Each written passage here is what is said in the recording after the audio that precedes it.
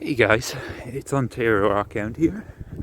Thought I'd show you a bit of a storm that's coming in. You can see it's coming down. This ain't actually that bad yet.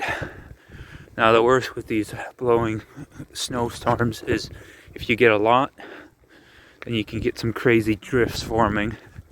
Last winter when I was doing my co-op placement for a university, one of the storms was particularly bad and it buried half of my vehicle under a snowdrift.